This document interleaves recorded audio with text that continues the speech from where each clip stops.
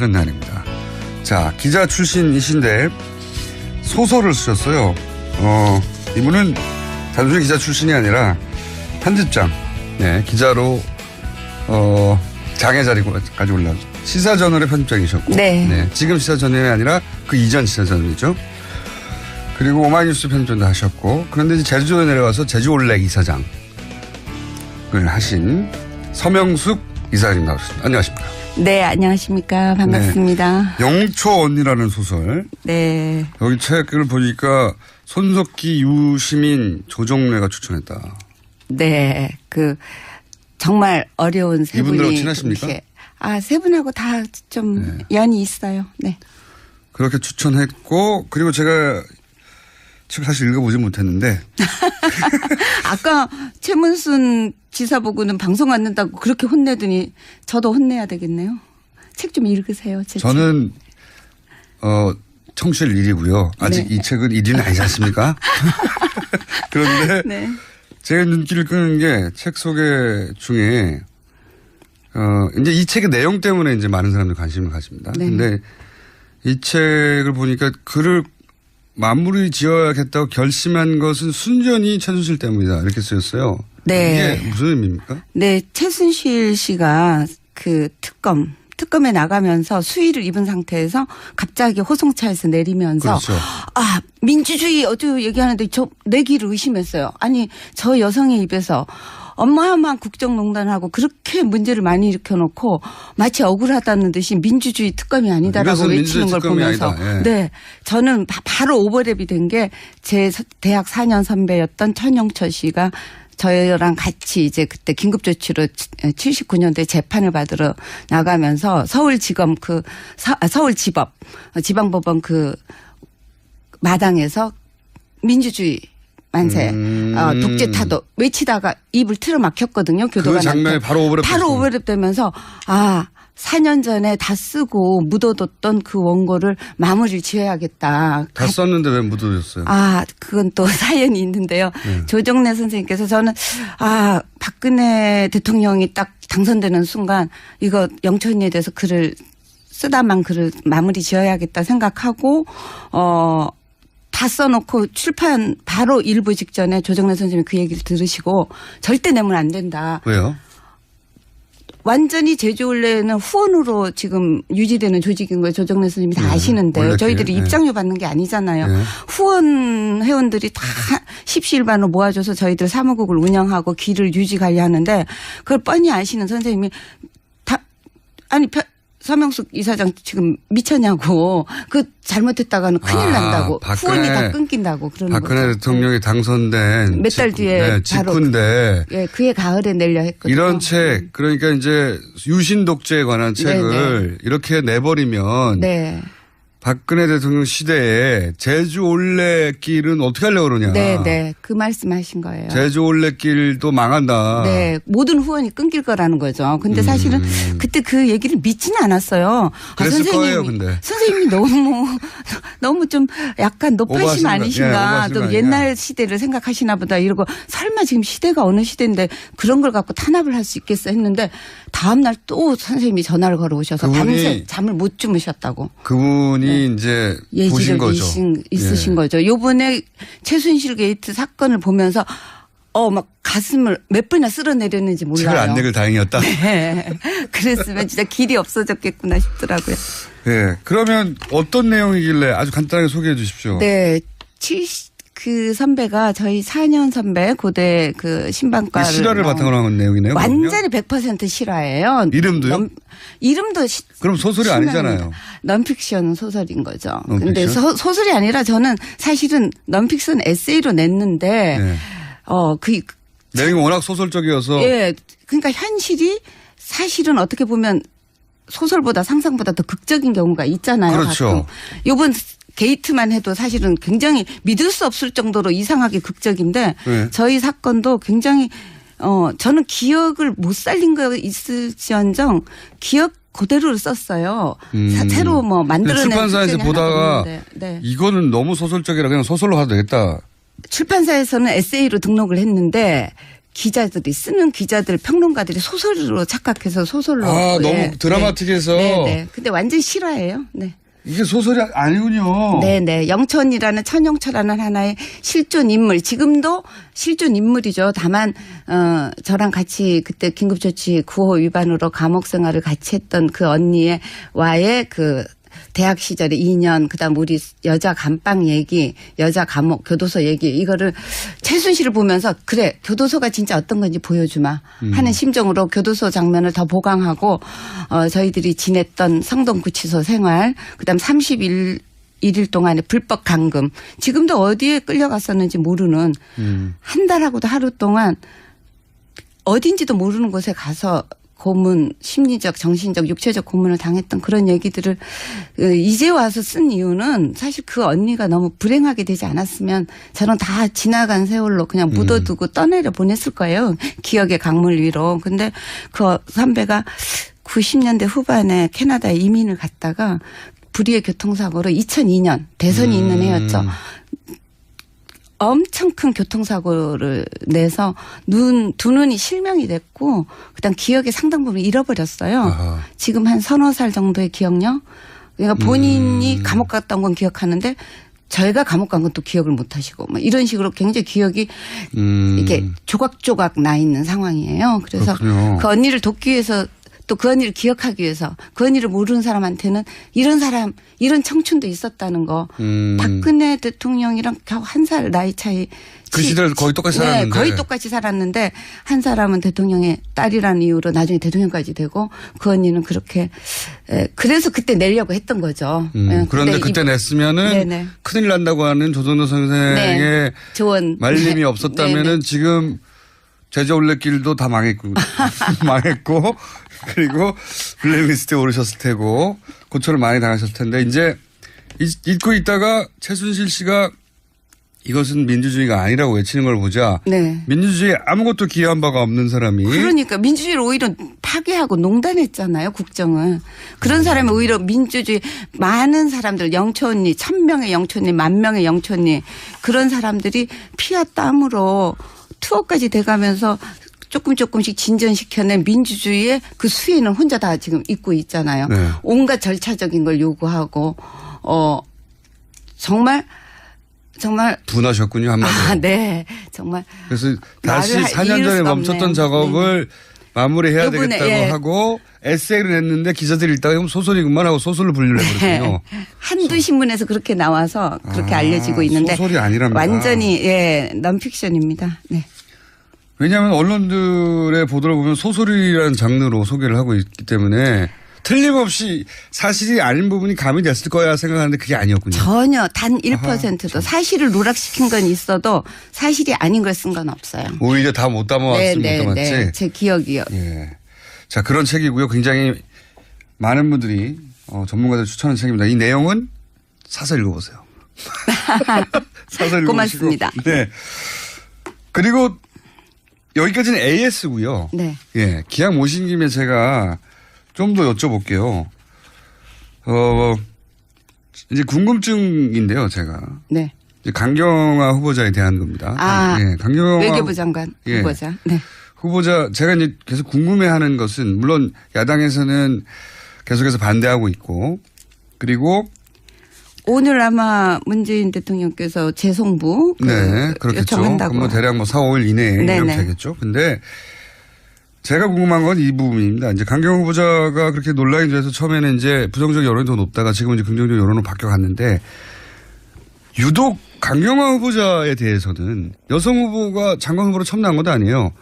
근데 유독 강경화 후보자에 대해서는 외무부 내에서도 외교부 내에서도 외교부 장관들 혹은 그 유엔 대사들.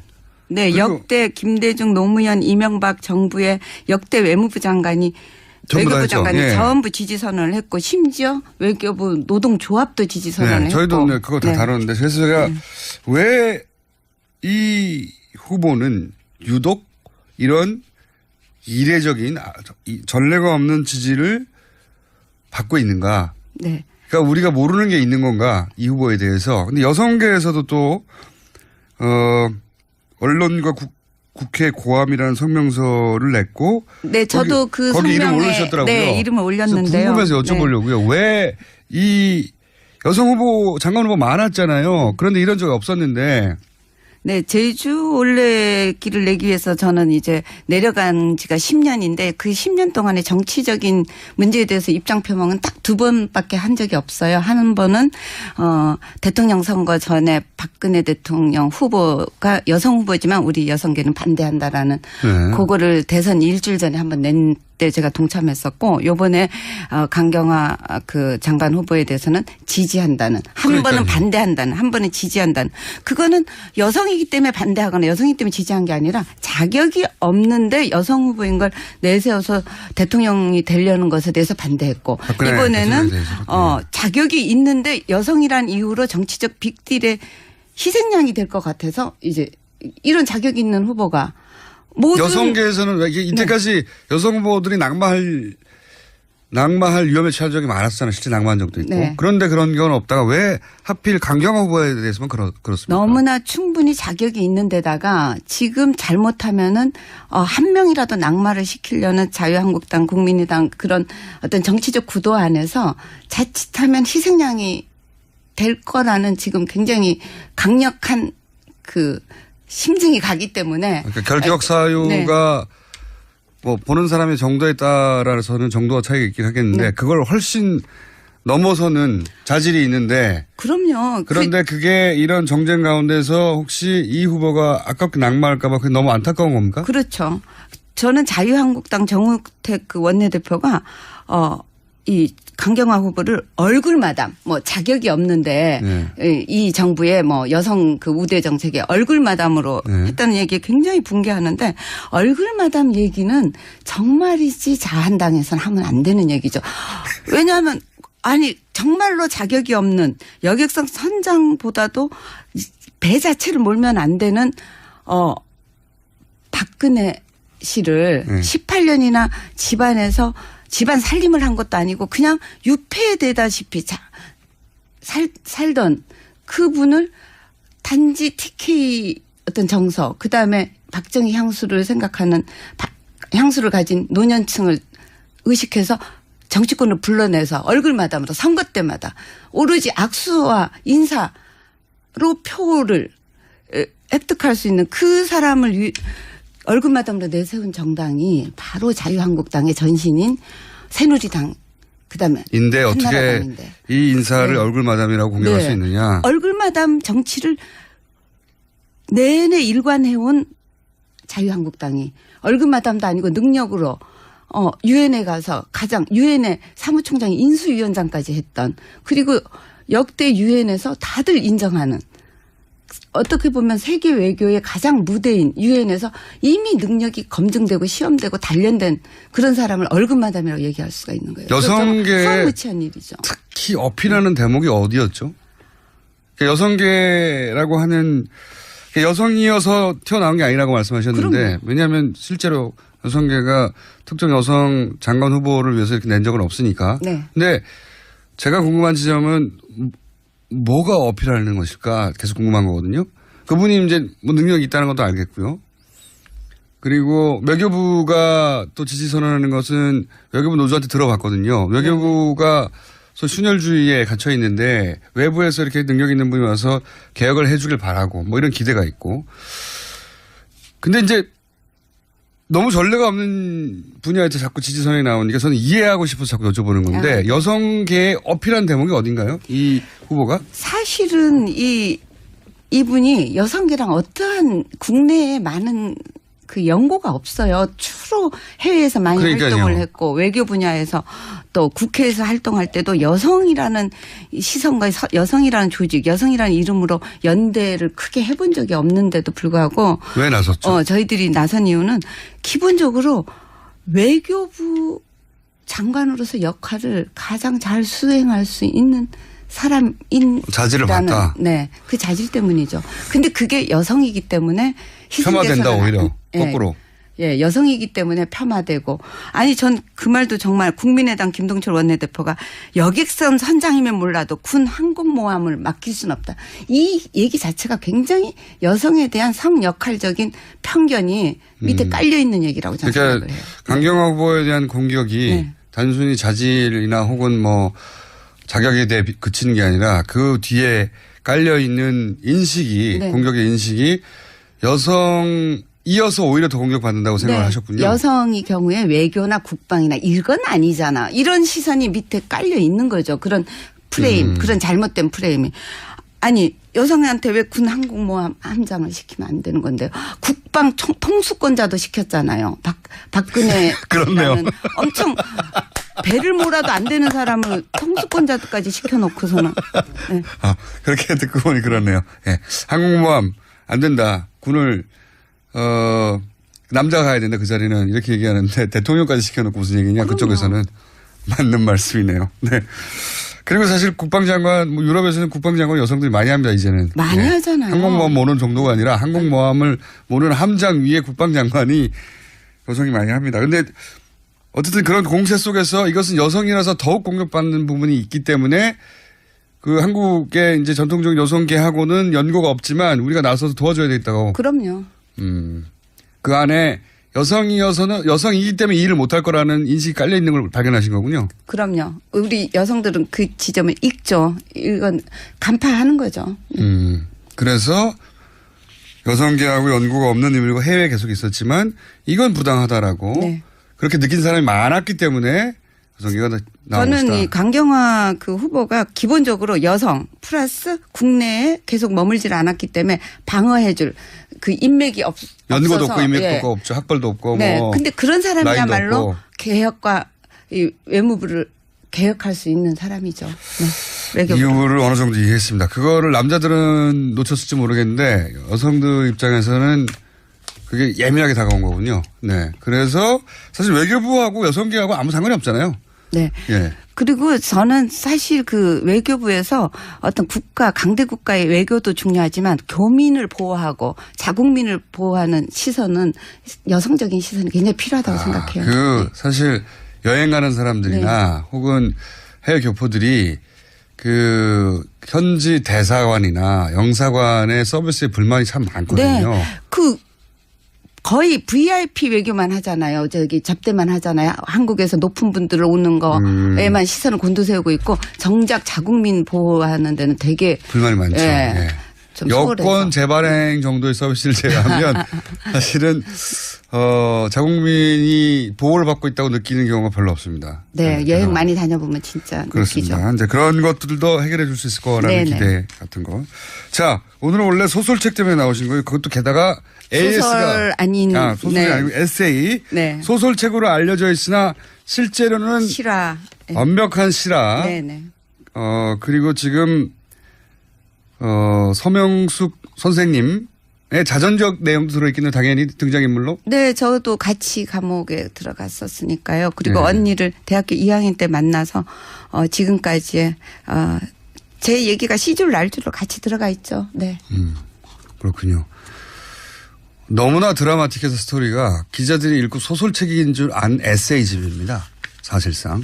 영초 언니. 얼마나 드라마틱한지는 저도 안 읽어봤기 때문에 사서 읽어보십시오. 근데 제주도에서 여기 온다 그러니까 교통방송 출연한다 그러니까 굉장히 김어준 씨 팬이 많은 거 정말 극성 팬들 많던데요. 제주도만 있는 게 아닙니다. 아니 근데 제주도에서조차도 그러면서 꼭 좀 안부 전해달라고 얘기를 하더라고요. 그래요? 네. 제주도에 어떤 분들인가요? 제주도에 호야라는 친구도 있고요. 또 혜연이라는 친구도 있고요. 이름 말하려면 지금 이거 방송 다 끝날 때까지 얘기해야 되는데요. 여성분들이. 네. 굉장히 반가운 소식이네요. 서울에 한번 올라오십시오. 자, 지금까지 서명숙 제주올레 이사장님이었습니다. 감사합니다. 감사합니다. 현용철라는 하나의 실존 인물. 지금도 실존 인물이죠. 다만 저랑 같이 그때 긴급조치 9호 위반으로 감옥 생활을 같이 했던 그 언니의 와의 대학 시절에 2년, 그다음 우리 여자 감방 얘기, 여자 감옥, 교도소 얘기 이거를 최순실을 보면서 그래 교도소가 진짜 어떤 건지 보여주마 하는 심정으로 교도소 장면을 더 보강하고 저희들이 지냈던 성동구치소 생활, 그다음 31일 동안의 불법 감금, 지금도 어디에 끌려갔었는지 모르는 한 달하고도 하루 동안 어딘지도 모르는 곳에 가서 고문, 심리적, 정신적, 육체적 고문을 당했던 그런 얘기들을 이제 와서 쓴 이유는 사실 그 언니가 너무 불행하게 되지 않았으면 저는 다 지나간 세월로 그냥 묻어두고 떠내려 보냈을 거예요. 기억의 강물 위로. 근데 그 선배가 90년대 후반에 캐나다에 이민을 갔다가 불의의 교통사고로 2002년 대선이 있는 해였죠. 엄청 큰 교통사고를 내서 두 눈이 실명이 됐고 그다음 기억의 상당 부분 잃어버렸어요. 아하. 지금 한 서너 살 정도의 기억력. 그러니까 본인이 감옥 갔던 건 기억하는데 저희가 감옥 그런 날입니다. 자, 기자 출신이신데 소설을 쓰셨어요. 이분은 단순히 기자 출신이 아니라 편집장, 네, 기자로 장의 자리까지 올라왔죠. 시사저널의 편집장이셨고, 네. 지금 시사저널이 아니라 그 이전 시사저널이죠. 그리고 오마이뉴스 편집장도 하셨고, 그런데 이제 제주도에 내려와서 제주올레 이사장을 하신 서명숙 이사장님 나오셨습니다. 안녕하십니까? 네, 안녕하십니까. 반갑습니다. 네. 영초 언니라는 소설. 네. 여기 책을 보니까 손석희, 유시민, 조정래가 추천했다. 네. 정말 어려운 세 분이. 이분들하고 친하십니까? 세 분하고 다 좀 연이 있어요. 네. 그렇게 추천했고, 그리고 제가 책 사실 읽어보지 못했는데. 아까 최문순 지사 보고는 방송 안 된다고 그렇게 혼내더니 저도 혼내야 되겠네요. 책 좀 읽으세요. 저는 청취할 일이고요. 아직 네. 이 책은 1위는 아니지 않습니까? 그런데 네. 제가 눈길을 끄는 게 책 소개 중에 이제 이 책의 내용 때문에 이제 많은 사람들이 관심을 가집니다. 네. 근데 이 책을 보니까 글을 마무리 지어야겠다고 결심한 것은 순전히 최순실 때문이다. 이렇게 쓰였어요. 네. 이게 무슨 의미입니까? 네. 최순실 씨가 특검에 나가면서 수위를 입은 상태에서 갑자기 호송차에서 내리면서 그렇죠.